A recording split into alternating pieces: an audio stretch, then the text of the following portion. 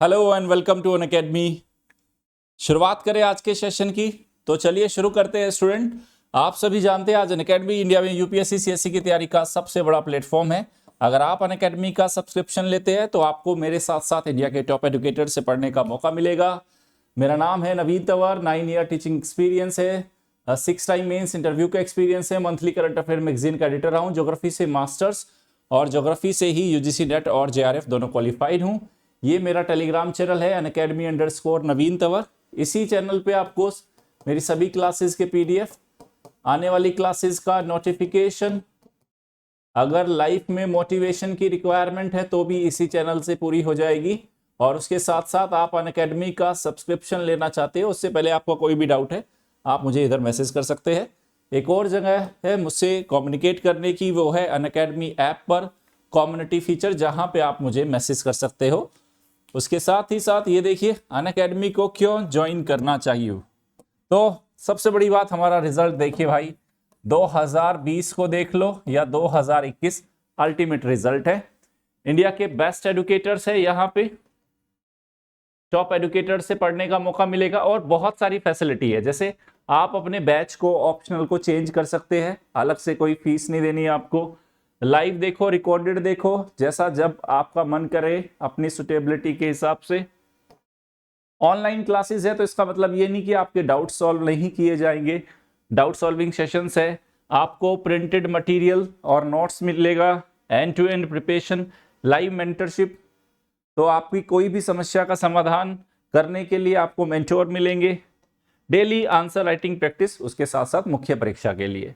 Okay, तो भूगोल लक्ष्य 2023, ये हमारा बेटा आप जानते हो इंडिया ज्योग्राफी हम कर रहे हैं। इंडिया ज्योग्राफी ये लीजिए, और इंडिया ज्योग्राफी। और मैं फिर से कहना चाहता हूं आपको कि आपको बेटा जो मैंने एनपीआर फॉर्मूला बताया है, नोट्स बनाओ, रेगुलर प्रैक्टिस करो, मॉक टेस्ट से, प्रीवियस ईयर क्वेश्चन से, और लगातार रिवीजन करते रहिए। जो बच्चा एनपीआर फॉर्मूला को फॉलो कर लेगा, यूपीएससी प्रीलिम्स में कोई उसको रोकने वाला नहीं है। बस ये फॉर्मूला याद रखना बेटा। तो भारत का भूगोल हम कर रहे हैं, तो आगे बढ़ने से पहले आप जानते हैं कभी कभी मेरा मन कर जाता है आप लोगों से कुछ सवाल पूछने का। ओके, आपके दिमाग में जंग तो नहीं जम गया? तो एक दो क्वेश्चन पूछते हैं। अब मैं आपसे प्रश्न पूछता हूं, आप मुझे जवाब देना। क्वेश्चन है लेटेराइट मिट्टी उत्पादित होती है। लेटेराइट सॉइल के बारे में आपने सुना होगा, तो हम लेटेराइट सॉइल के बारे में बात कर रहे हैं कि ये उत्पादित होती है। कैसे उत्पादित होती है? जल योजन व कार्बोनेटीकरण द्वारा। जल योजन व कार्बोनेटीकरण द्वारा। सेकंड बी, जल योजन व कैल्सीकरण द्वारा। याद रखना, सारी चीजें मैंने क्लासेस में मेरी कराई है बेटा। थर्ड है जल अपघटन व ऑक्सीकरण द्वारा।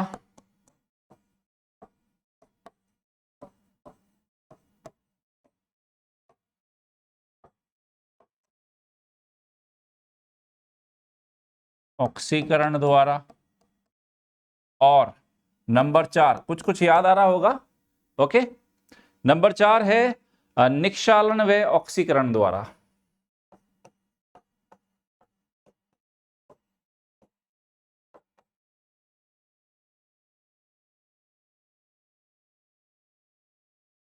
अब आप मुझे जवाब दीजिए कि ए, बी, सी या डी में से सही उत्तर क्या है। जल्दी से सोचिए और मुझे जवाब दीजिए, ए, बी, सी या डी में से सही उत्तर क्या है।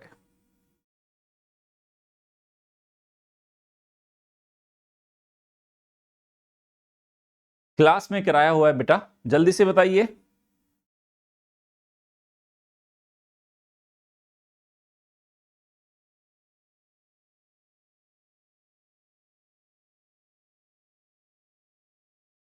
क्या सही उत्तर है? बेटा ये जो इस बार मैं आपसे रेगुलर क्वेश्चन पूछने का जो ये मैंने मेरी क्लासेस में पैटर्न डेवलप किया है, आप यकीन नहीं मानोगे, जबरदस्त आपको बेनिफिट होने वाला है यूपीएससी प्रीलिम्स में।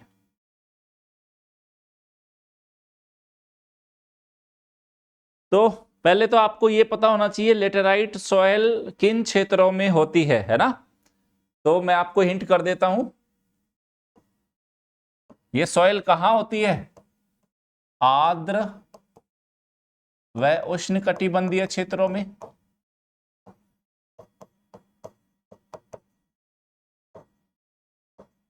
और इन क्षेत्रों में एक विशेष क्रिया होती है, निक्षालन की क्रिया, है ना?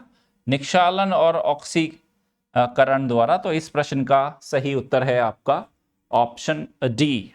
तो बहुत सारे बच्चे सही जवाब दे रहे हैं। नेक्स्ट क्वेश्चन चले। नेक्स्ट क्वेश्चन लेते हैं। Question number 2, this is question number 2। एक तरफ है सूची 1 इंडेक्स, दूसरी तरफ है सूची 2। सूची 2, सूची 1, सूची 2। एक तरफ है जलवायु दशाएं लिखूंगा और एक तरफ मैं लिखूंगा वृक्ष प्रजातियां। सूची 1 में है जलवायु दशाएं, ठीक है, और सूची 2 में है वृक्ष प्रजातियां। डन। अब नंबर 1 शीतोष्ण, ओके। सेकंड है उष्ण मरु,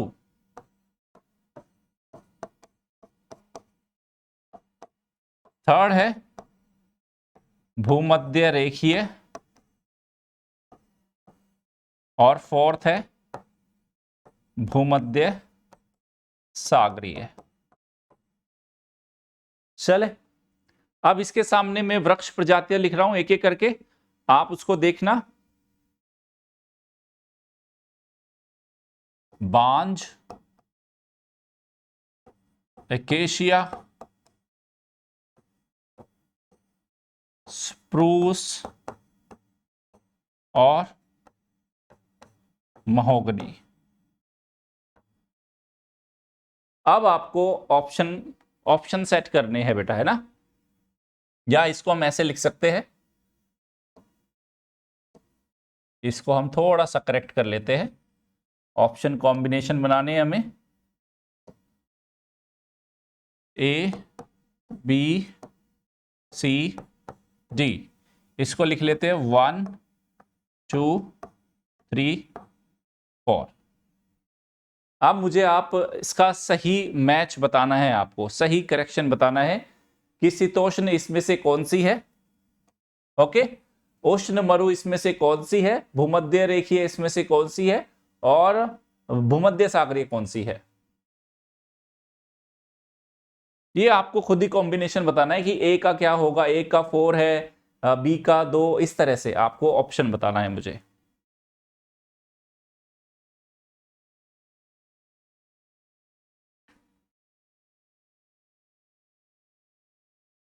मैं आपको चलो ऑप्शन मैं ही बना देता हूं। ए ऑप्शन इज, ए का 1 और बी का 2, ठीक है, सी का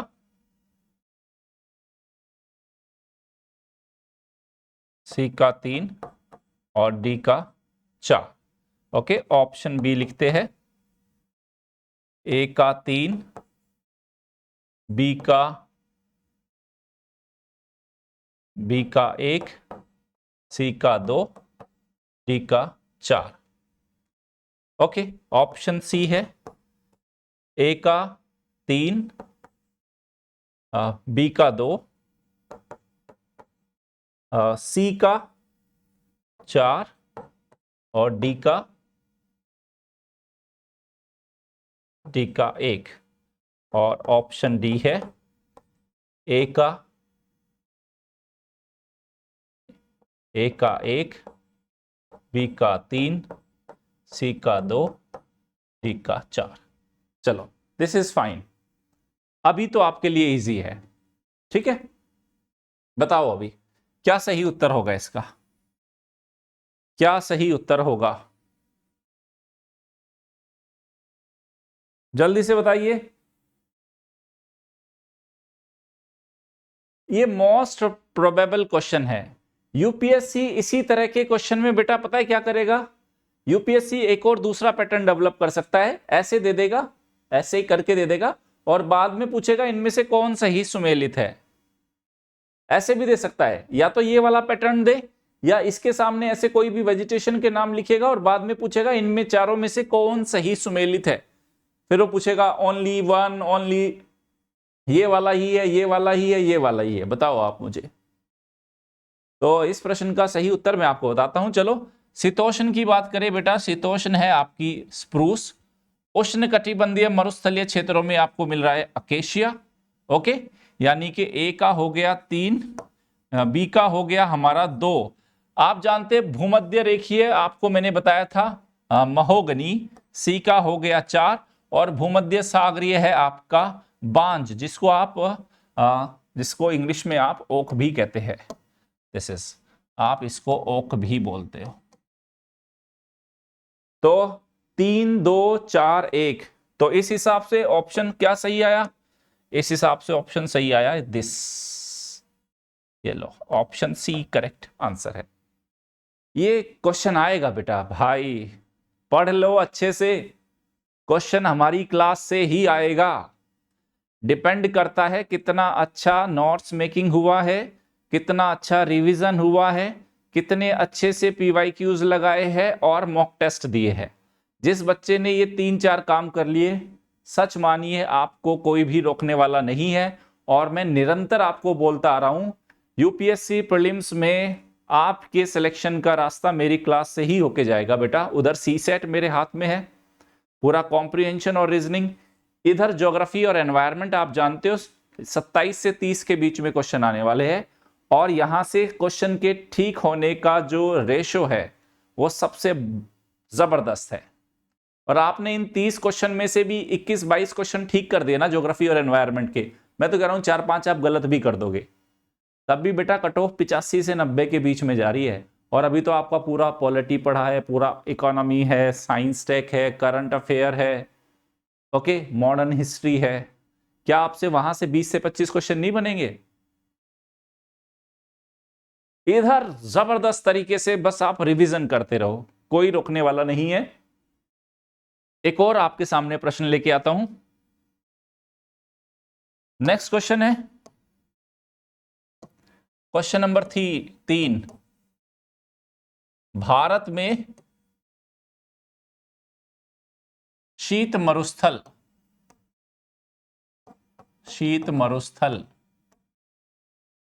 की सही अवस्थिति है, कहां पे है हमारा शीत मरुस्थल? कोल्ड डेजर्ट, ए कराकोरम श्रेणी के दक्षिण पश्चिम, बी है आपका कराकोरम श्रेणी के उत्तर पूर्व, सी पीर पंजाल श्रेणी के पश्चिम। अच्छे से पढ़ते रहना है ना। और डी शिवालिक श्रेणी के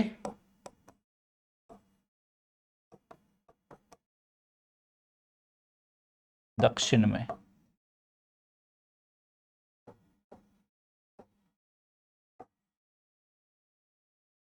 ये लो, बता दो भाई क्या सही उत्तर आएगा,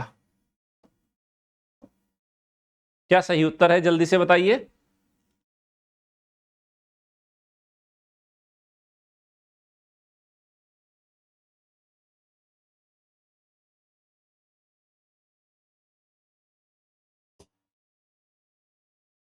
थोड़ा थोड़ा यार गर्मी आना शुरू हो गई ना, अभी तो गर्मी लगने लगी। यस यस यस, सही उत्तर दीजिए। अरे भाई सही दो ना। और इस प्रश्न का सही उत्तर है आपका जो कोल्ड डेजर्ट है। यस, ये कराकोरम श्रेणी के उत्तर पूर्व इसकी लोकेशन है। This is option B.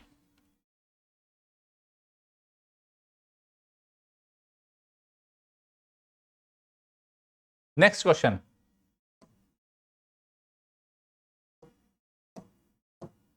Question number 4। Statement है, कथन। उष्ण कटिबंधीय मरुस्थल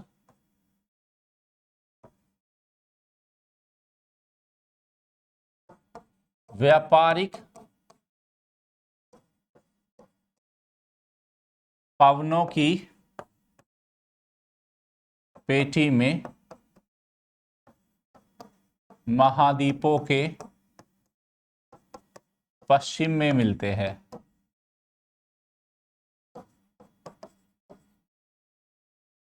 कारण आर। पढ़ा पढ़ा लग रहा है ना, क्लाइमेटोलॉजी याद आया होगा कुछ आपको।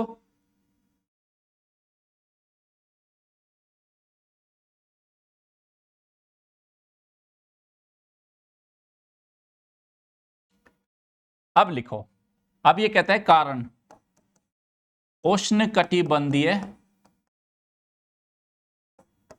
पेटी में, ठीक है, उष्ण कटिबंधीय पेटी में जहां पर व्यापारिक पवनें चलती है,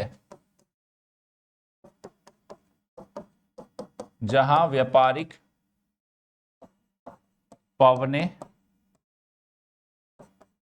चलती है, आर्द्रता युक्त पवनों को रोकने के लिए, याद रखना अच्छी लैंग्वेज लिख रहा हूं बेटा,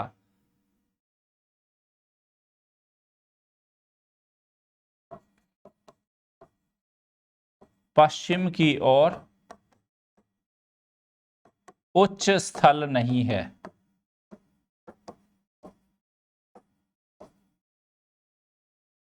अब आपको बताना है ए व आर दोनों सही, आर ए की सही व्याख्या।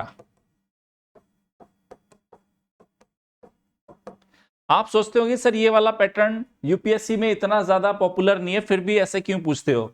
ये बेटा यूपीएससी पूछेगा इसलिए नहीं पूछ रहा मैं, इस तरह के कॉम्बिनेशन से आपका लॉजिकल पावर या कॉमन सेंस को बस मैं चेक कर रहा हूं कि क्या आप किसी भी स्टेटमेंट के कारण को आइडेंटिफाई कर पा रहे हैं या नहीं, और दो अलग अलग स्टेटमेंट के बीच का या कोई आपके पास कंसेप्ट के बीच का कोरिलेशन डेवलप हुआ है या आपका नहीं, सिर्फ ये उद्देश्य है। और इस तरह के क्वेश्चन से आपके दिमाग का जो लॉजिक है वो काफी अच्छे से चेक हो जाता है। बी ए व आर दोनों सही है,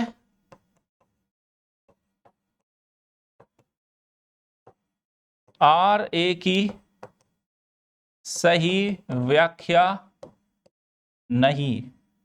चलो सी ए सही, आर गलत, और डी है ए गलत, आर सही। बताओ चलो क्या इसका सही उत्तर होगा,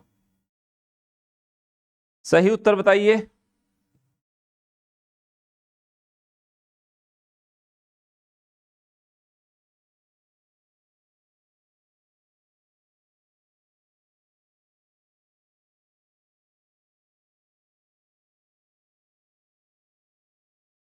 क्या सही उत्तर है। थोड़ा सा पजल हो रहे हो भाई आप लोग, एग्जाम टाइम नजदीक आता जा रहा है। तो इस प्रश्न का सही उत्तर है yes, option A. No, you are right. Option C is absolutely wrong. Option B is correct. B वाला सही है बेटा। पहला कह रहा है उष्णकटिबंधीय मरुस्थल व्यापारिक पवनों की पेटी में महाद्वीपों के पश्चिमी स्थानों पे है। यस, ये सो मेनी टाइम मैं आपको बोल दिया, ये स्टेटमेंट ट्रू है। This statement is true. कहता है उष्णकटिबंधीय पेटी में जहां व्यापारिक पवनें चलती है, आर्द्रता वाली पवनों को रोकने के लिए पश्चिम की ओर उच्च स्थल नहीं है। यस, यूजुअली यहां पे आपको कोई उच्च स्थल देखने को नहीं मिलता, ट्रू है ये। लेकिन यहां जो डेजर्ट है, उसके डेजर्ट होने का कारण ये नहीं है बेटा। डेजर्ट होने का कारण मैंने क्या बताया था? डेजर्ट होने का कारण पहला, एक तो यहां पर जो पवने हैं अपतटीय है, पवने अपतटीय है, पवने अपतटीय है। दूसरा यहां पे आपकी ठंडी धाराएं भी है, ठंडी धाराएं, ठंडी समुद्री धाराएं। एक सपोर्टिंग फैक्टर ये भी है। तो इस हिसाब से ऑप्शन ये सही है बेटा। उधर पश्चिम की ओर उन पवनों को रोकने के लिए कोई स्थल नहीं है, उच्च स्थल नहीं है। तो ट्रू तो है, लेकिन ये इसको एक्सप्लेन नहीं कर पा रहा। इस हिसाब से आपका ऑप्शन इज बी। ठीक है, आई होप भाई साहब, बस मैं आप सब लोगों से मेरी इतनी गुजारिश है, आप प्रारंभिक परीक्षा को पास करने के बहुत नजदीक हो। रिवीजन करते रहो बच्चा, मॉक टेस्ट लगाते रहो, रेगुलर प्रैक्टिस करते रहो, बस, है ना। ये नोट्स जब भी टाइम मिले इनको पन्ने पलटो, जबरदस्त आनंद आएगा आपको। चले नेक्स्ट टॉपिक पे आते हैं, फिर हम अपने नेक्स्ट टॉपिक पे आते हैं। अभी नेक्स्ट टॉपिक है हमारा छोटा सा प्यारा सा बढ़िया सा टॉपिक है। वैसे तो इंडिया में जो इंडस्ट्री है और इंडस्ट्रियल रीजन्स है, मैं ज्योग्राफी जीएस मेंस में पढ़ाऊंगा, लेकिन एक दो टॉपिक ऐसे हैं जो मुझे लगता है प्रीलिम्स में आपको परेशान कर सकते हैं, और प्रीलिम्स में एटलीस्ट आपको उनकी झलक मिल जाएगी, तो मुख्य परीक्षा में पढ़ते टाइम आपके इजीली कनेक्ट हो जाएगा। जैसे इंडिया का मैन्युफैक्चरिंग इंडस्ट्री है, विनिर्माण उद्योग है, ठीक है, निर्माण उद्योग या मैन्युफैक्चरिंग विनिर्माण उद्योग, ठीक है, विनिर्माण उद्योग है। इसके बारे में बात कर लेते हैं कि इसमें हम क्या बात करने वाले हैं कि इंडस्ट्रियल एक्टिविटी कितने तरह की होती है, किन किन क्षेत्रों के अधीन होती है, निजी क्षेत्र में है, सार्वजनिक क्षेत्र में कैसे है। ओके, उसके बाद हम देखेंगे कभी भी हमें कहीं पे भी कोई भी इंडस्ट्री अगर हम लगाना चाहते हैं, सपोज करो कल आपका देश का बहुत बड़ा इंडस्ट्रियलिस्ट बनने का मन कर गया, है ना, कि सर अब तो करोड़ों अरबों रुपए कमाने हैं, देश में बड़े बड़े इंडस्ट्रियलिस्ट है, मुझे भी पैसा कमाना है। तो आपको ये तो पता चले कोई भी इंडस्ट्री एस्टेब्लिश करने के लिए आइडियल कंडीशंस क्या है, किन किन फैक्टर्स की रिक्वायरमेंट है, और मौजूदा हमें यह भी देखना होगा कि देश का इंडस्ट्रियल रीजन कैसा है, कहां कहां पे इंडस्ट्रीज सेटल्ड हो रही है, स्थापित हो रही है। और उसके साथ साथ हमें यह भी जानना पड़ेगा कि हम एक दो इंडस्ट्री को ऐसा देखें कि जैसे हम शुगर इंडस्ट्री को देखेंगे इंडिया में। शुगर इंडस्ट्री यूपीएससी प्रीलिम्स और मेंस दोनों के पॉइंट ऑफ व्यू से काफी इंपॉर्टेंट है। तो शुगर इंडस्ट्री की क्या पोजीशन है हमारे देश में, ओके, शुगर इंडस्ट्री के सामने क्या क्या चैलेंजेस है, शुगर इंडस्ट्री के लिए जो रॉ मटेरियल है शुगर केन, वो देश में किन किन क्लाइमेटिक रीजन्स में होता है, शुगर इंडस्ट्री कौन कौन से चैलेंजेस को फेस कर रही है, उत्तर भारत और दक्षिण भारत के बीच की जो शुगर इंडस्ट्री है उसके बीच का comparison UPSC prelims as well as UPSC mains दोनों के लिए इंपॉर्टेंट है। तो ये सारी बातें और ये जबरदस्त क्लास आपके सामने शुरू हो रही है। बस फटाफट एक बार आगे बढ़ने से पहले इस क्लास के प्रति जो आपकी नैतिक जिम्मेदारी है फटाफट निर्वहन कीजिए, फटाफट लाइक कीजिए क्लास को। तब तक मैं जलपान कर लेता हूं।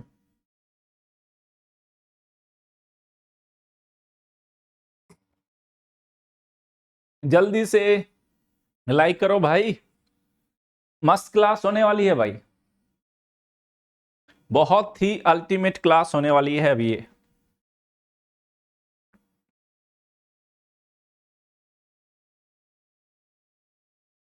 चलो तो ठीक है, शुरू करते हैं। अभी आप जानते हैं जो इंडस्ट्रीज है किसी भी इकोनॉमी में कितना बड़ा उनका रोल होता है, किसी भी अर्थव्यवस्था, वहां के लोगों की आजीविका, रोजगार, उस देश के अंतर्राष्ट्रीय स्तर पर उसकी प्रेजेंस कैसे है ना। आपकी बात, अरे जिसकी जेब में बढ़िया पैसा होता है ना बेटा, उसकी आवाज में भी दम होता है। आज आपकी जेब में कुछ नहीं है तो कोई आपको लगता है यार क्या फालतू की बातें कर रहा है, कल आपकी जेब में पता चले किसी को, यार ये लड़का बंदा ये 50 करोड़ रुपए जेब में लेके घूमता है, आपकी बात मानी जाएगी, है ना। आप चाहे कुछ भी बोलो, दुनिया बोलेगी अरे भाई भाई क्या बोलता है भाई, ठीक है। चाहे आप बिल्कुल इलॉजिकल बातें करो, दुनिया बोलेगी यार भाई क्या बोलता है, मस्त बोलता है भाई, सलाम है भाई। तो आधुनिक समय में उद्योग अर्थव्यवस्था का एक महत्वपूर्ण हिस्सा बन चुके हैं। अभी इंडस्ट्रीज आपकी इकोनॉमी को, आपकी अर्थव्यवस्था, लोगों को रोजगार देने में, ठीक है, नेशनल एसेट को, इनकम को जनरेट करने में इंडस्ट्री का अपना एक रोल है। और जो मैन्युफैक्चरिंग बेसिकली एक प्रक्रिया है। मैन्युफैक्चरिंग क्या है, व्हाट इज मैन्युफैक्चरिंग? एक प्रोसेस है जिसमें आप प्राइमरी जो प्रोडक्ट्स को, है ना, और ज्यादा वैल्यूएबल प्रोडक्ट में कन्वर्ट करते हो। चले तो इंडस्ट्री के टाइप देखे, बहुत उसका आकार के आधार पे, है ना, कई आधारों पे आप इसका वर्गीकरण कर सकते हो। जैसे कितना पैसा लगा है, कितना श्रम शक्ति है, उसका साइज क्या है, उसके आधार पे आप उसको वृहद, मध्यम, लघु और कुटीर इंडस्ट्री भी बोल सकते हो। इन सारी चीजों पे हम एक डिटेल्ड जो हमारा जो लेक्चर है बेटा मुख्य परीक्षा में डेफिनेटली होगा। लेकिन प्रीलिम्स में कुछ भी आ जाए तो आप इंडस्ट्री के नाम पे घबरा मत जाओ कि सर ने इंडस्ट्री नहीं पढ़ाया था, हमें तो इंडस्ट्री के बारे में क ख ग घ पता ही नहीं है।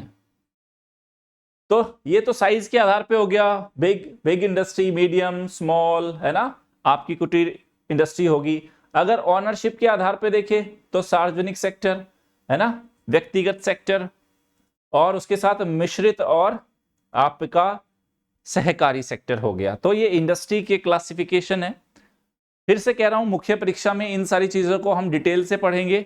किसको हम वृहद इंडस्ट्री, उसके क्राइटेरिया क्या है, मध्यम इंडस्ट्रीज के क्राइटेरिया क्या है, लघु और कुटीर हम किसको बोलेंगे, ये हम बात करेंगे मुख्य परीक्षा में। चलो उसके बाद और क्या है हमारे पास, तो ये देखो, जैसे ये सरकारी है ना, इधर ये आपकी प्राइवेट इंडस्ट्री। चलो तो सार्वजनिक सेक्टर क्या होता है ना, सार्वजनिक सेक्टर वो है ना, सार्वजनिक सेक्टर उद्योग सरकार की कंपनियां या निगम है जो सरकार द्वारा निधि प्रदत्त होते हैं, गवर्नमेंट द्वारा जिनको फंड दिया जाता है। ओके, और यूजुअली आप कहोगे किन इंडस्ट्रीज को हम सार्वजनिक सेक्टर के अधीन रखेंगे, तो सामरिक और राष्ट्रीय इंपोर्टेंस, स्ट्रेटेजिक वाली, जिसका अपना स्ट्रेटेजिक इंपोर्टेंस है, नेशनल इंपोर्टेंस है, उनको हम सार्वजनिक सेक्टर उद्योग, उस क्षेत्र में हम इनको सार्वजनिक क्षेत्र में रखते हैं। तो आपने सुना, अरे भाई क्या हो गया, ठीक है, मेक इन इंडिया। अब कई बार हम इंडस्ट्रीज का जो क्लासिफिकेशन है ये कहता है, हम इंडस्ट्रीज के अंदर देखो, हमने ऑनरशिप के बेस पे देख लिया, दिस वाज ऑन ऑनरशिप। ये देखो बेटा, ऑनरशिप के बेस पे इंडस्ट्री, साइज के बेस पे इंडस्ट्री। कई बार इंडस्ट्रीज के अंदर हम किस रॉ मटेरियल का इस्तेमाल कर रहे हैं उसके आधार पे भी हम इंडस्ट्री का क्लासिफिकेशन करते हैं। जैसे कृषि आधारित उद्योग, जिसमें कृषि, ये देखो, कच्चे माल के आधार पे वर्गीकरण। वन आधारित उद्योग, खनिज आधारित उद्योग, उद्योग द्वारा निर्मित कच्चे माल पर आधारित उद्योग, कई तरह के हमारे क्लासिफिकेशन है। हम कच्चे माल के आधार पे, हम ऑनरशिप के आधार पे, हम साइज के आधार पे हम इंडस्ट्रीज का क्लासिफिकेशन कर सकते हैं।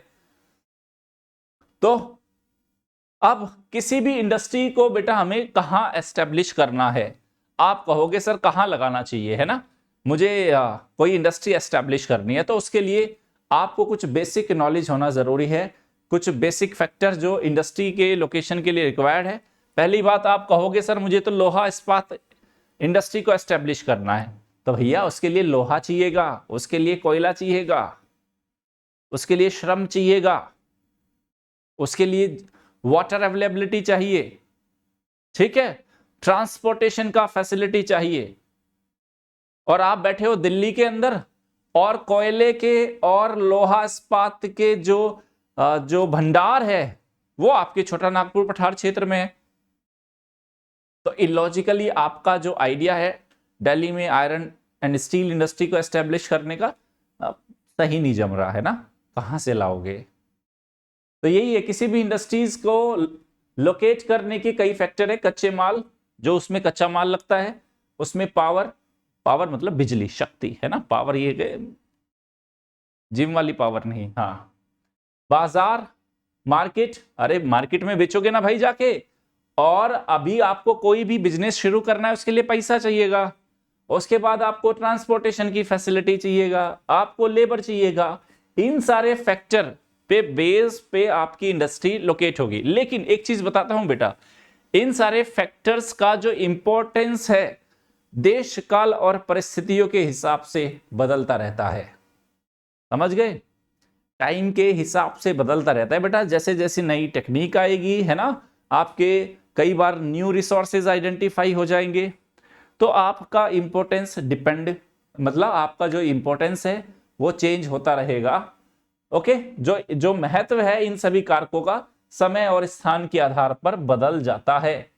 किसी स्थान पे कभी ये एक इंपॉर्टेंट फैक्टर हो सकता है, किसी दिन उस स्थान पे ये दूसरा इंपॉर्टेंट फैक्टर हो सकता है। ऑनलाइन एजुकेशन, यूपीएससी की तैयारी, पहले आप क्या सोचते थे बताना बेटा? पहले यूपीएससी की तैयारी का आपके दिमाग में मुखर्जी नगर से पहले हिंदी माध्यम के लिए क्या था? प्रयागराज, इलाहाबाद जाके पढ़ाई करेंगे भाई। उसके बाद सेंटर क्या बना? मुखर्जी नगर बना, है ना, ओल्ड राजेंद्र नगर बना या नहीं? कोविड-19 पेंडेमिक के बाद ऑनलाइन एजुकेशन उसने अपना एक नया स्पेस बना लिया बेटा।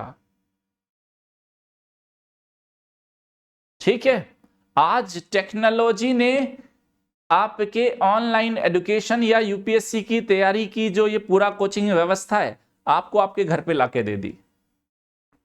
अभी आपको जिसको प्रयागराज जाना मुश्किल है, नहीं जाएगा तो भी घर पे बैठे आप बेटा आईएएस बनोगे। ओके, मुखर्जी नगर नहीं जाओगे तब भी आप आईएएस बनोगे। आप ओल्ड राजेंद्र नगर नहीं जा पा रहे तब भी बनोगे, क्योंकि अब टेक्नोलॉजी आपके घर तक आ गई है चीजों को लेके। ओके, तो इनका अपना अभी भी ऑल्दो इंपॉर्टेंस है, लेकिन ऑनलाइन एजुकेशन ने समय के साथ एक नई अपॉर्चुनिटी दी है। और पहले तो ये था, पहले तो ये सोचते थे जो इधर नहीं जा रहा वो बनेगा ही नहीं। अभी तो ये आप घर बैठे बनने वाले हो भाई। 2023 का प्रीलिम्स इधर फोड़ने वाले हो, फिर मुख्य परीक्षा फोड़ेंगे, फिर इंटरव्यू की जबरदस्त तैयारी करेंगे, फिर लबासना जाना। और ठीक है, मुझे बुलाना जरूर, मैं अच्छी वीडियो बनाता हूं उधर। ठीक है, ओके। तो आप कहते हैं अब कोई भी देखो भैया, आप इंडस्ट्री कोई कहां लगाओगे जहां आपको प्रॉफिट ज्यादा होगा? भाई इंडस्ट्री को एस्टेब्लिश करने के पीछे के फैक्टर क्या है? आपको प्रॉफिट चाहिए ना भाई। ओके, तो आर्थिक दृष्टि से निर्माण उद्योग को उस स्थान पर स्थापित करना चाहिए जहां उत्पादन का मूल्य और निर्मित वस्तुओं को उपभोक्ताओं तक पहुंचाने का मूल्य न्यूनतम है। आपके पास दो चीज होना चाहिए। पहला, क्या आपकी एक तो प्रोडक्शन कॉस्ट कम से कम आए, है ना, जितना सस्ता आप प्रोडक्ट बना दोगे, ओके, और जितने कम दामों में आप कस्टमर के घर में पहुंचा दोगे। प्रोडक्शन कॉस्ट कम है, ज्यादा से ज्यादा कस्टमर तक आपका एक्सेस है। आपको क्या लगता है, ये अमेजॉन, फ्लिपकार्ट, कम कोई वही चीज आपको, सपोज करो इन दिनों तो ऑनलाइन शॉपिंग करते हो ना, जूते, चप्पल, पैंट, शर्ट, सब जीन्स ऑनलाइन ही मंगा रहे हो। सेम चीज आप उनके जो शॉप पे जाके खरीदते हो और सेम प्रोडक्ट जब आप ऑनलाइन मंगाते हो काफी सस्ता हो जाता है। तो क्या हो गया, उसका कॉस्ट कम हो गया। ठीक है, आप उसके ट्रांसपोर्टेशन में आपने एक पूरा सेटअप लगाया, उसका रेंट दोगे, ठीक है, मेंटेनेंस रखोगे, उधर बिजली, पानी, एसी भी चलाओगे, गेट खोलने वाला गेट कीपर, 4-5 स्टाफ रखोगे, तो प्रोडक्शन को आपका उस प्रोडक्ट का कॉस्ट वैसे ही बढ़ गया भाई। तो आपको अपना प्रॉफिट को मैक्सिमाइज करना है। प्रॉफिट को मैक्सिमाइज करने के आपके पास कुछ तरीके हैं। एक तो प्रोडक्शन कॉस्ट को कम कर दो जितना कम हो सके, और कस्टमर के पास जितना न्यूनतम कॉस्ट में आप उसको दे सकते हो, चलो, तो उसका वितरण करने का मूल्य भी न्यूनतम हो। अभी कुछ कुछ जो इंपॉर्टेंट फैक्टर है किसी भी इंडस्ट्री के लोकेशन को प्रभावित करने वाले, एक एक करके देखते हैं। कच्चा माल। कच्चा माल दो तरह का कच्चा माल होता है। सपोज करो मैं कहूं गन्ना है बेटा, शुगर केन है, शुगर केन है, शुगर केन से चीनी बनानी है, लेकिन उसके जूस से, उसके अंदर से जो रस निकलेगा उससे बनेगा वो, और बाकी का उसमें से क्या निकलेगा, उसका वेस्टेज हो गया। या जैसे आपने बोला, हमने पढ़ा था आयरन और प्राकृतिक रूप से अगर हमें आयरन चाहिए तो वो तो इंप्योरिटी के साथ है। अभी इसको हम साफ सफाई करेंगे तो हो सकता है ये 100 टन था और इससे हमें केवल 5 टन ही मिले, और ये सपोज करो 100 किलो आपका 100 किलो गन्ना था, इससे आपका 1 किलो ही चीनी मिले। तो यानी कि भार हराश उद्योग है। भार हराश मतलब रॉ मटेरियल से जब वो फाइनल प्रोडक्ट में जा रहा है, रॉ मटेरियल से जब वो फाइनल प्रोडक्ट में जा रहा है तो वो वेट लूज कर रहा है। तो ये देख सकते हैं। तो भार हराश वाले कच्चे माल का उपयोग। अब ऐसी इंडस्ट्री, खुद बताओ बेटा, आपकी शुगर केन इंडस्ट्री है या शुगर इंडस्ट्री है, आपकी आयरन एंड स्टील इंडस्ट्री है, आपको तो भाई आपकी फैक्ट्री तक इसको तो भेजना ही पड़ेगा ना। तो दो तरीके हैं। आपका फाइनल इससे जो काम की चीज निकली 5 टन, आपने ट्रांसपोर्टेशन पे 95 टन का एक्स्ट्रा ट्रांसपोर्टेशन कॉस्ट दे दिया, ये आपके काम का ही नहीं था। तो आप कोशिश करोगे कि ऐसी इंडस्ट्री जो भार हराश वाली है, जहां उनका रॉ मटेरियल है वहीं लगा दो, एटलीस्ट आपका ट्रांसपोर्टेशन कॉस्ट बच जाएगा, फालतू का हमें ढोने की जरूरत नहीं पड़ेगी। तो कहता है भार हराश वाले कच्चे माल का उपयोग करने वाले उद्योग उन क्षेत्रों में ही स्थापित किए जाते हैं जहां वो उपलब्ध होते हैं। जैसे लोहा इस्पात उद्योग में लोहा कोयला दोनों का कच्चा माल के रूप में इस्तेमाल करते हैं और दोनों के अंदर इंप्योरिटी है। भार हराश उद्योग है, भार हराश मतलब कुछ उनके अंदर वेस्टेज है, इसलिए लोहा इस्पात उद्योगों की स्थिति के लिए अनुकूलतम स्थान है कच्चा माल जहां है वहीं उसको स्टैब्लिश कर दो। पहला यही कारण है कि देश का लोहा इस्पात उद्योग है ना, या तो कोयला क्षेत्रों में या लोह अयस्क के क्षेत्रों में। कोयला क्षेत्र जैसे बोकारो, दुर्गापुरा, और लोह अयस्क क्षेत्र भद्रावती, भिलाई, राउरकेला इसके यहाँ पे एस्टेब्लिश किए गए। फिर उसके बाद है शक्ति उद्योगों को बेटा संचालित करने के लिए आपको इलेक्ट्रिसिटी चाहिए, पावर चाहिए। तो शक्ति मशीनें कैसे चलेगी भाई, ये जो सब कुछ पढ़ा रहे हैं इसके लिए भी इलेक्ट्रिसिटी चाहिए। मशीनों के लिए गतिदायी बल प्रदान करती है, इसलिए किसी भी उद्योग की स्थापना के लिए इसकी आपूर्ति सुनिश्चित, जैसे एल्यूमिनियम है या कृत्रिम नाइट्रोजन या आपकी फर्टिलाइजर इंडस्ट्री है, वहां शक्ति स्रोतों के निकट ही किया जाएगा क्योंकि इन्हें बड़ी मात्रा में विद्युत की जरूरत होती है। तो ठीक है। उसके बाद आ गया मार्केट, क्योंकि अल्टीमेटली आप अपने प्रोडक्ट को लेके आओगे मार्केट में जहां उसको खरीदा या बेचा जाएगा।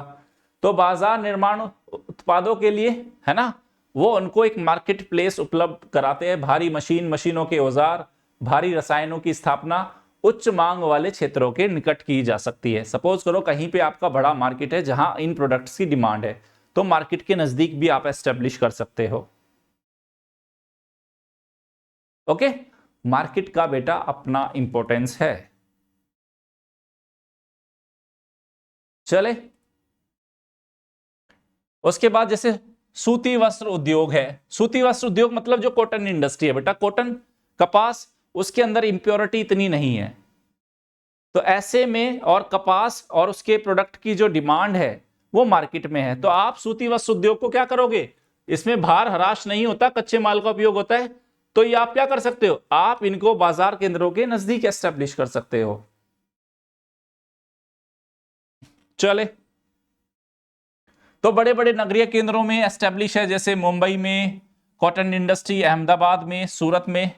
और जैसे आपका पेट्रोलियम जो रिफाइनरीज है, पेट्रोलियम रिफाइनरीज की स्थापना भी बाजार के नजदीक ही की जाती है, क्योंकि एक तो पाइपलाइन के द्वारा उसका ट्रांसपोर्टेशन इजी है और उनसे प्राप्त बहुत सारे ऐसे और पेट्रोलियम रिफाइनरी से आपको ऐसे बहुत सारे बाय प्रोडक्ट मिलते हैं जिसका इस्तेमाल आप बाकी इंडस्ट्रीज में कर सकते हो।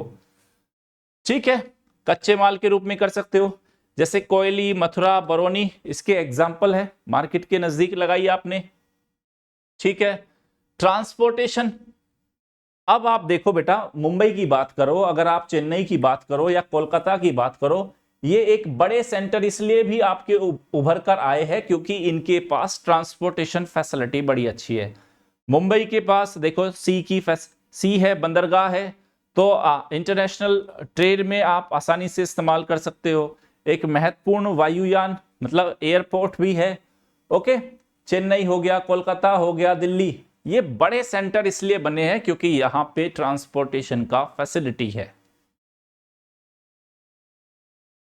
डन, चलो, तो परिवहन जाल का केंद्र बन पाए, तो ट्रांसपोर्टेशन हो गया। उसके बाद श्रम, ठीक है बेटा, श्रम, आपकी इंडस्ट्रीज में काम करने के लिए आपको लेबर चाहिए। अब वो लेबर चाहिए, अब लेबर पे इंडस्ट्री डिपेंडेंट है, अब वो श्रम सस्ता है, श्रम महंगा है। अब श्रम जितना ज्यादा सस्ता होगा आपकी प्रोडक्शन कॉस्ट उतनी कम होगी, आपका प्राइस उतना ज्यादा कॉम्पिटिटिव होगा। तो उद्योग, अब श्रम भी कई कई तरह का हो सकता है, कुशल हो सकता है, अर्धकुशल हो सकता है। ठीक है, तो कुशल श्रमिकों की आवश्यकता होती है उद्योगों को। अब श्रम बहुत गतिशील होता है, श्रम के साथ प्रॉब्लम यह है भैया आपके यहां नहीं बनेगा तो कोई दूसरा काम देने के लिए तैयार है, ये वाली बात हो गई। तो जनसंख्या अधिक होने के कारण बड़ी संख्या में उपलब्ध है और ये काफी ज्यादा बेटा गतिशील भी है। ये श्रम हो गया। आगे चलते हैं, अब बात करते हैं देश के कुछ प्रमुख उद्योगों की। तो क्या क्या हो गए कारण बेटा? कच्चा माल हो गया, कच्चा माल के बाद क्या हुआ, उसके बाद शक्ति हो गई, उसके बाद पूंजी हो गया, पैसा भी चाहिए, ट्रांसपोर्टेशन हो गया, मार्केट हो गया, उसके साथ साथ लेबर हो गया। ये वो इंपॉर्टेंट फैक्टर है जो किसी भी उद्योग की स्थापना के लिए जरूरी है। मैं फिर से लिख के याद दिला देता हूं, कच्चा माल, दूसरा शक्ति, तीसरा पूंजी, पैसा लगता है भाई, चौथा बाजार, पांचवा परिवहन ट्रांसपोर्टेशन, छठा लेबर श्रम, ये सब लगता है इंडस्ट्री के एस्टेब्लिश करने में भाई। उसके बाद सपोर्टिंग गवर्नमेंट पॉलिसीज कैसी है वो भी आपको हेल्प करती है। तो अब बात करते हैं इंडिया के कुछ मेजर इंडस्ट्रीज की। आयरन एंड स्टील इंडस्ट्री हमारी इंपॉर्टेंट इंडस्ट्री है, और अगर हम, क्योंकि ये तो मिनरल बेस्ड होगी भाई, आयरन एंड स्टील क्या है? मिनरल बेस्ड है, खनिज आधारित है, खनिज आधारित है। अब कुछ इंडस्ट्रीज आपकी कृषि आधारित भी है, जैसे सूती वस्त्र उद्योग हो गया, चीनी उद्योग हो गया, ये आपका एग्रीकल्चर बेस्ड इंडस्ट्रीज है। मैंने बोला था ना, कच्चे माल के आधार पे भी इंडस्ट्री अलग अलग हो सकती है। अगर उसमें एग्रीकल्चर प्रोडक्ट का इस्तेमाल कर रहे हैं, हम उसमें फॉरेस्ट प्रोडक्ट का इस्तेमाल कर रहे हैं, उसमें हम मिनरल्स को as a raw material use कर रहे हैं, तो इंपॉर्टेंट है हमारे लिए शुगर इंडस्ट्री को जानना। ये काफी इंपॉर्टेंट रहेगी। शुगर इंडस्ट्री क्या है, कहां एस्टेब्लिश होती है? आपसे अगर मैं पूछता हूं कि अगर बात करें शुगर इंडस्ट्री की, चीनी उद्योग की, आप में से मुझे कौन बताएगा क्या ये एक भार हराश उद्योग है या नहीं? भार हराश उद्योग, यस और नो? जरा जवाब देना मुझे, जल्दी से जवाब दीजिए।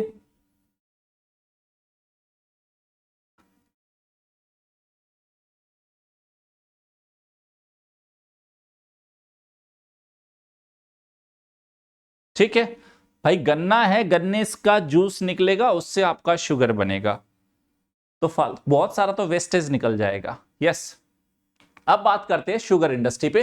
बेटा ये मोस्ट इंपॉर्टेंट है, मोस्ट इंपॉर्टेंट, इसको समझना जरूरी है। समझो इसको, अच्छे से समझो इसको। शुगर इंडस्ट्री देखो, जो हमारी एग्रो बेस्ड इंडस्ट्री है, कृषि आधारित इंडस्ट्री है, उसमें से दूसरी सबसे बड़ी महत्वपूर्ण इंडस्ट्री है। अगर पहली इंडस्ट्री की बात करें एग्रो बेस्ड, तो अनडाउटेडली कपास है। कॉटन इंडस्ट्री सबसे बड़ी इंडस्ट्री है।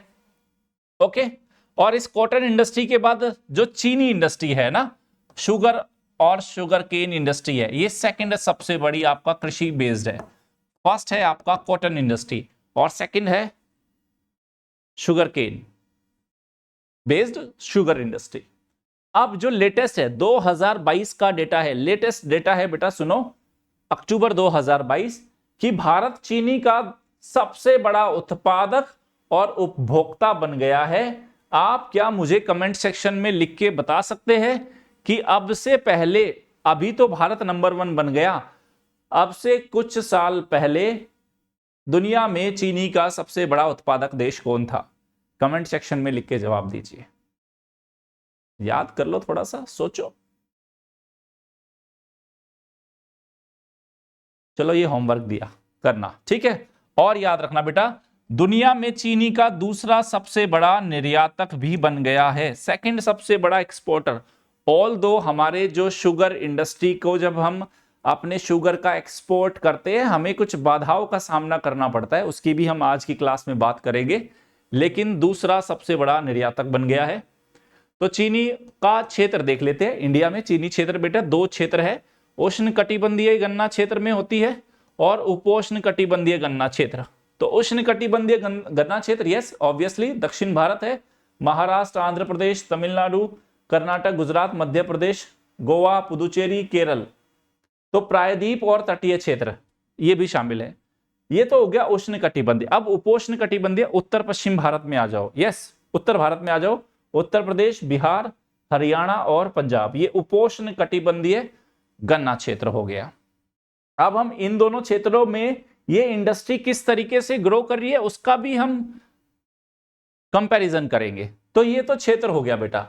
तो बेसिकली गन्ना आपको पता है एक भारी और जल्दी खराब होने वाला प्रोडक्ट है, पेरिशेबल है बेटा। आपने गन्ना काटा या सही समय पर, समय रहते आपने मील तक नहीं पहुंचाया, तो गन्ने के अंदर का जो सुक्रोज है, जो उसके अंदर का जूस है, वो ड्राई हो जाएगा, वो किसी काम का नहीं है फिर।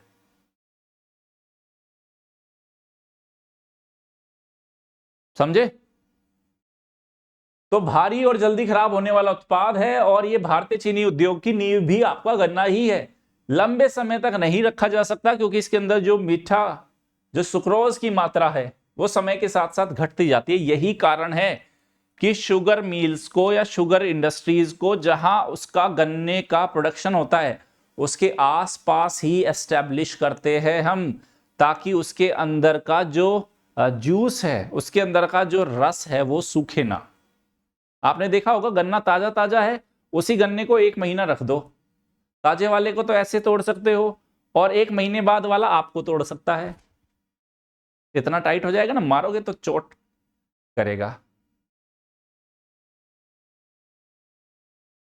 चले,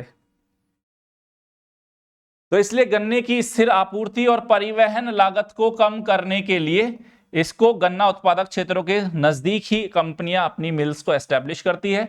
अब बात करते हैं गन्ना या शुगर इंडस्ट्री के सामने चैलेंज क्या है।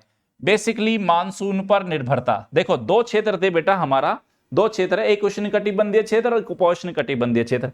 जो अगर हम बात करें उत्तर प्रदेश, बिहार, हरियाणा, पंजाब, मानसून के टाइम पे तो बरसात मिल गई, बाकी टाइम पे आपने इरिगेशन का इस्तेमाल कर लेते हो। लेकिन अगर बात करें इस क्षेत्र की, यहां पे इरिगेशन की फैसिलिटी उतनी डेवलप नहीं है, तो ये मोस्टली मॉनसून डिपेंडेंट हो जाता है ये वाला क्षेत्र। इधर हम इरिगेशन से भी ले सकते हैं, चलो। लेकिन तो सिंचाई से लैस उत्तर राज्यों के अलावा गन्ने बड़े पैमाने पर मध्य और दक्षिण भारत में वर्षा आधारित क्षेत्रों में उगाया जाता है, जिसके लिए बेहतर मानसून की जरूरत है। दूसरा है लो प्रोडक्टिविटी। देखो दुनिया में इंडिया के पास शुगर के लिए सबसे ज्यादा क्षेत्र है, शुगर केन के लिए सबसे ज्यादा क्षेत्र है, लेकिन हमारी प्रोडक्टिविटी उतनी अच्छी नहीं है। मतलब पर हेक्टेयर उत्पादन हम उतना अच्छा नहीं ले पाते भाई। भारत दुनिया में गन्ने की खेती का सबसे बड़ा क्षेत्र है, लेकिन पर हेक्टेयर उपज बहुत कम है दक्षिण भारत की तुलना में। उत्तर भारत की पर हेक्टेयर प्रोडक्टिविटी, ये देखो बेटा, दक्षिण और उत्तर की तुलना कर दी, दक्षिण भारत का per hectare productivity north India से ज्यादा है। और क्या है हमारे पास चुनौती? निम्न मैकेनाइजेशन का लेवल है। हम मशीनों का ज्यादा इस्तेमाल नहीं कर पा रहे बेटा, है ना, ठीक है। 40% से भी कम मैकेनाइजेशन है, श्रम की कमी है, इससे उत्पादन लागत बढ़ जाती है। श्रम ऑलरेडी नहीं है, जो भी है वो फिर पैसा मांगता है, और अब ये क्षेत्र धीरे धीरे असुरक्षित होता जा रहा है। तो मैकेनाइजेशन का लेवल पुअर है। अभी अधिशेष हमारे पास, मैंने बोला हम दुनिया के दूसरे सबसे बड़े एक्सपोर्टर भी है, लेकिन हमारी चीनी को कुछ समस्याओं का सामना करना पड़ता है इंटरनेशनल मार्केट में। बाकी सारी कंट्रीज जो चीनी का, शुगर का एक्सपोर्ट करती है, उनके तुलना में हमारी चीनी बेटा महंगी है ना। हमारी चीनी 12 से 13 रुपए किलो ज्यादा महंगी है। तो कहता है भारत की घरेलू कच्ची चीनी की कीमत की तुलना में अंतरराष्ट्रीय है ना चीनी लगभग 12 से 13 रुपए प्रति किलोग्राम कम है। आप 1 किलोग्राम पे, कोई 1 किलोग्राम 40 रुपए में दे रहा है, इंडिया वाले उसको 50-55 में दे रहे हैं, तो कोई कम दाम वाली लेगा ना भाई। वही वाली बात है जिसमें अधिशेष चीनी के निर्यात के लिए हमें जो प्रोत्साहन नहीं मिल रहा जितना मिलना चाहिए। अब क्योंकि प्रॉपर मात्रा में आप एक्सपोर्ट नहीं कर पा रहे, तो किसानों को उपयुक्त दाम भी नहीं मिल पा रहे, है ना। अच्छी तरह से मुआवजा भी नहीं मिल पा रहा अपर्याप्त निर्यात के कारण। ये चुनौती है। और क्या चुनौती है? और चुनौती ये है कम लो शुगर रिकवरी रेट है। मतलब अगर हम बाकी सारे देशों से तुलना करें, जैसे जावा से तुलना करें, हवाई से, ऑस्ट्रेलिया जैसे इन देशों से तुलना करें, तो उधर जो गन्ने से जो चीनी का रिकवरी रेट है वो अराउंड 14% है, इंडिया में जबकि 10% है। रिकवरी रेट बेटा हमारा कम है। और क्या है? भूजल की कमी। सुन लो बेटा, मैंने आपको बताया था जो गन्ना और जो आपकी चावल है, गन्ना और चावल है, इसको ज्यादा जल की रिक्वायरमेंट होती है, ज्यादा जल की रिक्वायरमेंट है। और उत्तर भारत में आपने क्या किया, या मध्य भारत में भी आप क्या कर रहे हो, जब तक मानसून है तो ठीक है, और मानसून नहीं है तो हम मैक्सिमम क्या कर रहे हैं, ग्राउंड वाटर को यूज कर रहे हैं भाई। भूजल स्तर नीचे जा रहा है। वाटर इंटेंस क्रॉप है ये, वाटर इंटेंस। तो देखो क्या कहता है, गन्ना और धान देश के 70% से ज्यादा सिंचाई संसाधनों का उपयोग ये दोनों फसलें कर रही है भाई। ये लो, अब चूंकि भूजल का अधिकांश हिस्सा प्रदान करता है इसके लिए, इसलिए कई क्षेत्रों में जल स्तर पर इसका नकारात्मक प्रभाव पड़ा है। एग्जाम्पल है महाराष्ट्र का मराठवाड़ा क्षेत्र में भी। और क्या है, अब जल गहन फसल है। यह बोला जाता है कि 1 किलोग्राम चीनी के उत्पादन में बेटा देख लो 1 kg शुगर प्रोडक्शन में आपने 1500 से 2000 किलोग्राम पानी लगता है। जब 1 किलो चीनी बनती है ना बेटा, तो कितना पानी लगता है? 1 kg शुगर में इसका 1500 से 2000 किलोग्राम वाटर लगता है भाई। समझ गए? जो छत पे रखा रहता है ना आपका वो टंकी, 500 लीटर वाली, 1000 लीटर वाली, ये मान के चलो 2000 लीटर वाली जो पानी की टंकी आपकी छत पे रखी हुई है, ऑलमोस्ट उतना पानी से 1 किलो चीनी, आपके घर में चीनी का डब्बा भरता है भाई।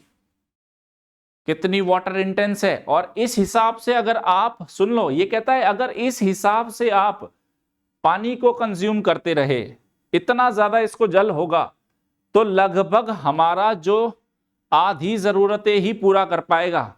इस इंडस्ट्री के सामने जबरदस्त चुनौती है। वाटर रिसोर्स अवेलेबिलिटी लगातार कम होती जा रही है, तो चीनी उद्योग पर इसका प्रभाव पड़ेगा। तो कहते हैं पानी के उपयोग के मौजूदा अगर पैटर्न को देखें तो 2030 में लगभग आधी जरूरतें ही पूरी हो पाएगी इस इंडस्ट्री की। हमारे पास पानी नहीं है भाई। अगर आपने देखा होगा, मैंने दिखाया था 1947 से लेके 2050 तक का इंडिया का वाटर प्रोफाइल दिखाया था मैंने आपको, जल शक्ति मंत्रालय का वो मैंने डेटा पढ़ाया था आपको। कैसे होगा मेरे भाई? चलो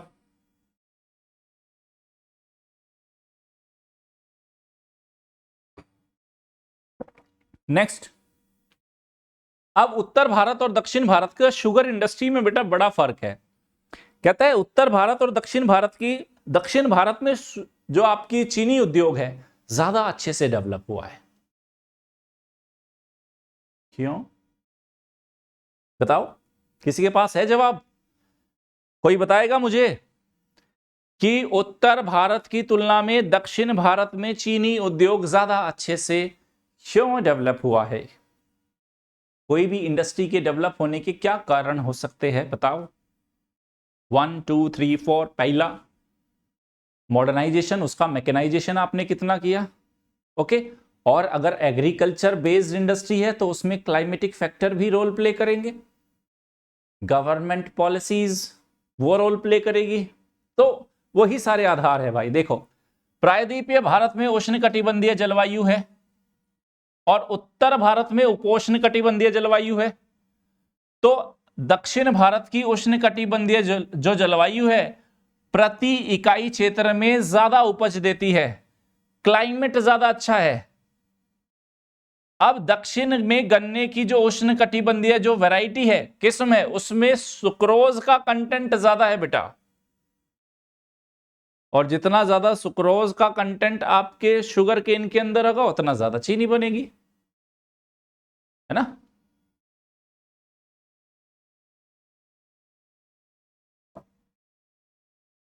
तो दक्षिण की अधिकांश मिलें नई है, ज्यादा मॉडर्न मशीनरी का इस्तेमाल करती है, उत्तर वाली नहीं है।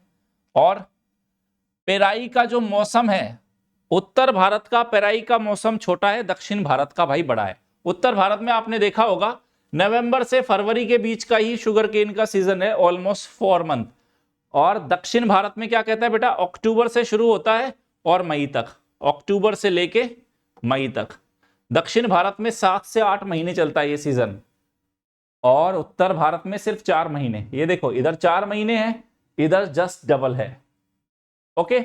उसके बाद उत्तर की अपेक्षा दक्षिण में जो सहकारी कोऑपरेटिव जो आपकी शुगर मिल्स है उनका मैनेजमेंट ज्यादा अच्छा है भाई।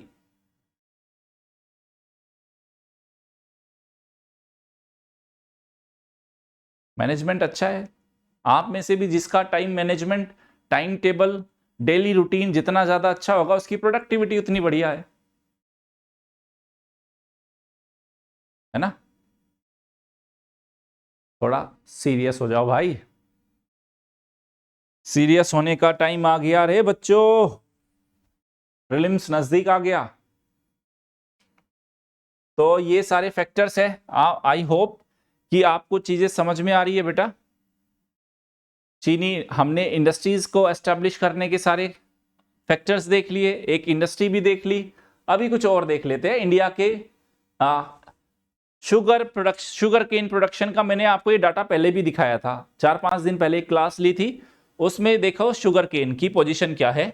स्टेट्स देखते हैं। Sugarcane state, UP number 1, Maharashtra number 2 और कर्नाटक नंबर 3। ये वाला डेटा है।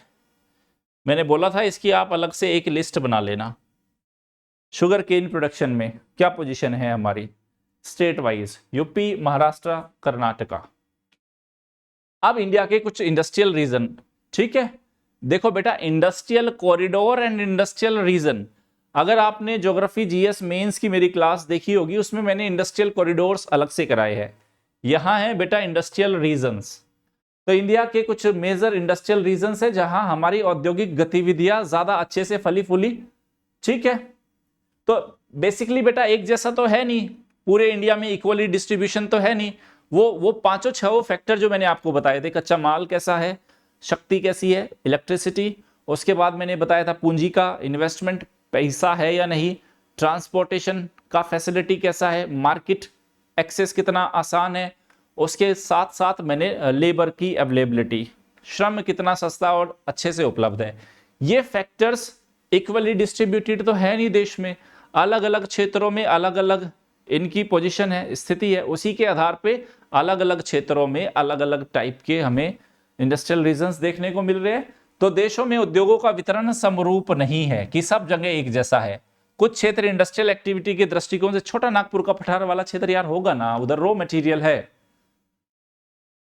मुंबई का अपना इंपॉर्टेंस है, उसका जो लोकेशन है,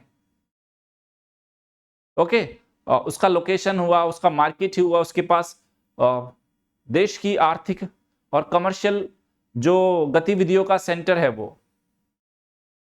तो उधर पैसा है।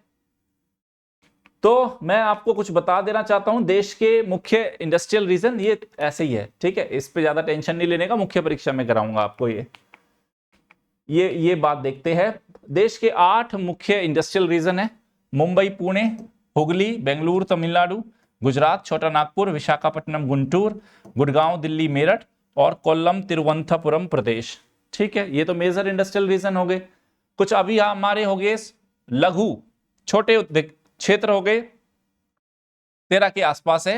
अंबाला अमृतसर, सहारनपुर मुजफ्फरनगर बिजनौर, इंदौर देवास उज्जैन जयपुर अजमेर कोल्हापुर दक्षिणी कन्नड़ उत्तरी मालाबार मध्य मालाबार आदिलाबाद निजामाबाद, ठीक है, इलाहाबाद वाराणसी या प्रयागराज वाराणसी और मिर्जापुर भोजपुर मुंगेर दुर्ग रायपुर बिलासपुर कोरबा ब्रह्मपुत्र घाटी।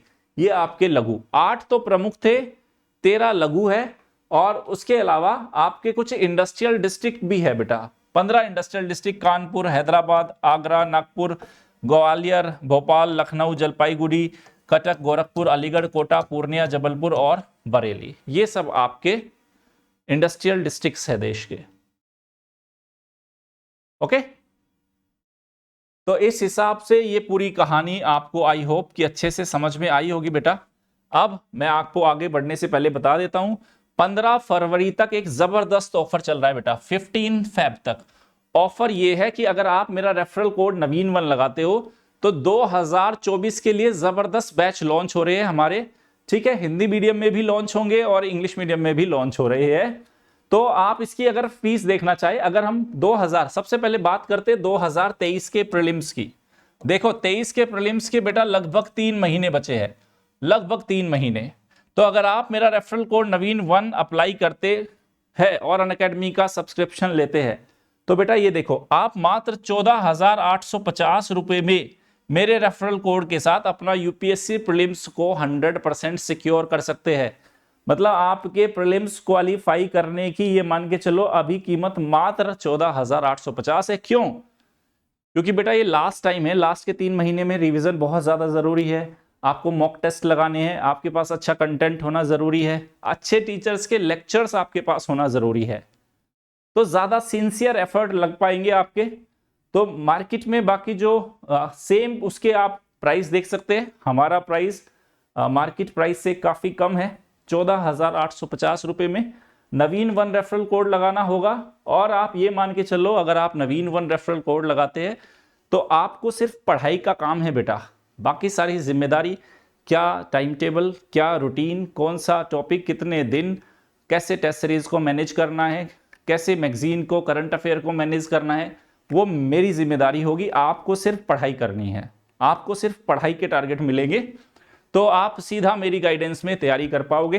तो ये देख लीजिए, फिर है हमारा, एक सेकेंड रुकिए, ये 2024 वाले बच्चों के लिए आ गया। 2024 वाले बच्चे जो 2024 की प्रारंभिक परीक्षा और मुख्य परीक्षा की तैयारी कर रहे हैं, और आप में से बहुत सारे बच्चे ऐसे हैं जिन्होंने अभी अपनी तैयारी को शुरू किया है बेटा, 12वीं पास करके या graduation first year second year में होंगे या थर्ड ईयर में होंगे, और आप जल्द ही यूपीएससी 2024 या 25 को टारगेट बना रहे हैं। तो ऐसे बच्चे जो बिल्कुल शुरुआत से शुरू करना चाहते हैं, हमारे लिए 16 फरवरी से हम 2024 के लिए बैच लेके आ रहे हैं, यूपीएससी प्रीलिम्स 2024, और जिसको यूपीएससी मेंस 2024 तक का सब्सक्रिप्शन चाहिए उसके लिए भी फैसिलिटी अवेलेबल है। करना क्या है, अगेन ये देखो बेटा, अगर आपने यूपीएससी प्रीलिम्स 2024 यानी कि अभी से लगभग 16 महीने, फीस देखना बेटा एक बार 46,400 के आसपास है। ओके, और अगर आप इसमें ऑप्शनल भी इंक्लूड करना चाहते हो देन ये जो आपकी जो फीस है बेटा ऑप्शनल के साथ ये हो जाएगी 64,000। उसके साथ ही अगर आप अगले साल 24 के मुख्य परीक्षा तक, यानी कि यहां से लगभग आपके 18-19 महीने हैं, देखना बेटा 54,000 सिर्फ जीएस के, और अगर ऑप्शनल के साथ ले रहे हो मुख्य परीक्षा तक तो सिर्फ 75,000। और आप एक चीज और देख लीजिए, आप मार्केट में बाकी सभी जो प्राइस है सेम उसके लिए मार्केट प्राइस आप देख सकते हैं लगभग कितना है और हम कितना ले रहे हैं आपसे।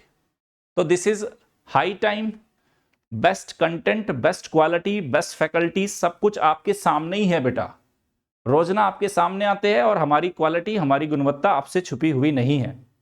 तो क्या करना है, सिर्फ अगेन मैं फिर से बोलता हूं, नवीन1 रेफरल कोड अप्लाई करना और आप 2024 के लिए अपनी तैयारी शुरू कर दो बेस्ट प्राइस पे ऑलमोस्ट 30% आपको ऑफ मिल रहा है और ये ऑफर सिर्फ 15 फेब तक ही अवेलेबल है। तो समय व्यर्थ ना करते हुए आप इसमें जुट जाइए और चाहे प्रीलिम्स हो चाहे मुख्य परीक्षा, जो बच्चा एक बार के में पैसा नहीं दे सकता वो हर महीने EMI के जरिए हर महीने किस्तों में चुका के सब्सक्रिप्शन ले सकता है। उन किस्तों पे आप पे कोई ब्याज नहीं लगेगा, नो कॉस्ट EMI है बेटा, ठीक है, 0%। और ये मेरा एनवायरनमेंट का कोर्स है, नवीन 1 रेफरल कोड से आप इसको ज्वाइन कर सकते हैं। जो प्रीलिम्स वाले बच्चे जो प्रीलिम्स 2023 को बहुत डेडिकेटेडली टारगेट कर रहे हैं, 30 लेक्चर्स है बेटा ये मेरे, पर डे एक लेक्चर भी देखोगे ना तो आपका कंप्लीट एनवायरनमेंट एंड इकोलॉजी हो जाएगा। रेफरल कोड नवीन 1 लगाना होगा। सेम अगर आपका ऑप्शनल ज्योग्राफी है, ज्योग्राफी ऑप्शनल है आपका, तो टोटल 167 लेक्चर है, पेपर 1 के 92, पेपर 2 के 75। मेरा रेफरल कोड नवीन 1 लगा के आप अगेन ज्योग्राफी ऑप्शनल कंप्लीट तैयार कर सकते हैं मेरे साथ। उसके साथ ही आंतरिक सुरक्षा पे मेरा प्लस कोर्स है, अगेन रेफरल कोड नवीन 1। नवीन 1 कोड का मतलब है नवीन सर आपके साथ है, आपके कंधे पे बेटा मेरा हाथ है, आप सिर्फ दौड़ो, बाकी क्या करना है कैसे करना है वो मैं कराऊंगा आपसे, ठीक है, ये कीजिए आप। उसके साथ ही साथ ये मेरे कुछ स्पेशल कोर्सेज है, स्पेशल क्लास चलती है ज्योग्राफी MCQs और CSET सुबह 8:30 बजे होता है, सुबह 8:30 बजे होता है, और जो भूगोल के योद्धा ये इवनिंग में 5:30 बजे होती है। फ्री क्लासेस है, आप आइए ज्वाइन कीजिए। और प्लस कोर्सेज की डिटेल है geography optional, ethics, internal security, environment ecology and geography GS। तो जैसे ही आप नवीन 1 रेफरल कोड लगाओगे ये सारे कोर्स और अनअकैडमी के बाकी सारे एडुकेटर्स के कोर्सेज भी आप देख पाओगे। आज का सेशन यही समाप्त करते हैं। उम्मीद करता हूँ आपको पसंद आया होगा। नोट्स अच्छे से बना लेना, रिविजन कर लेना और PYQs और मॉक टेस्ट लगा लेना। Bye bye, take care.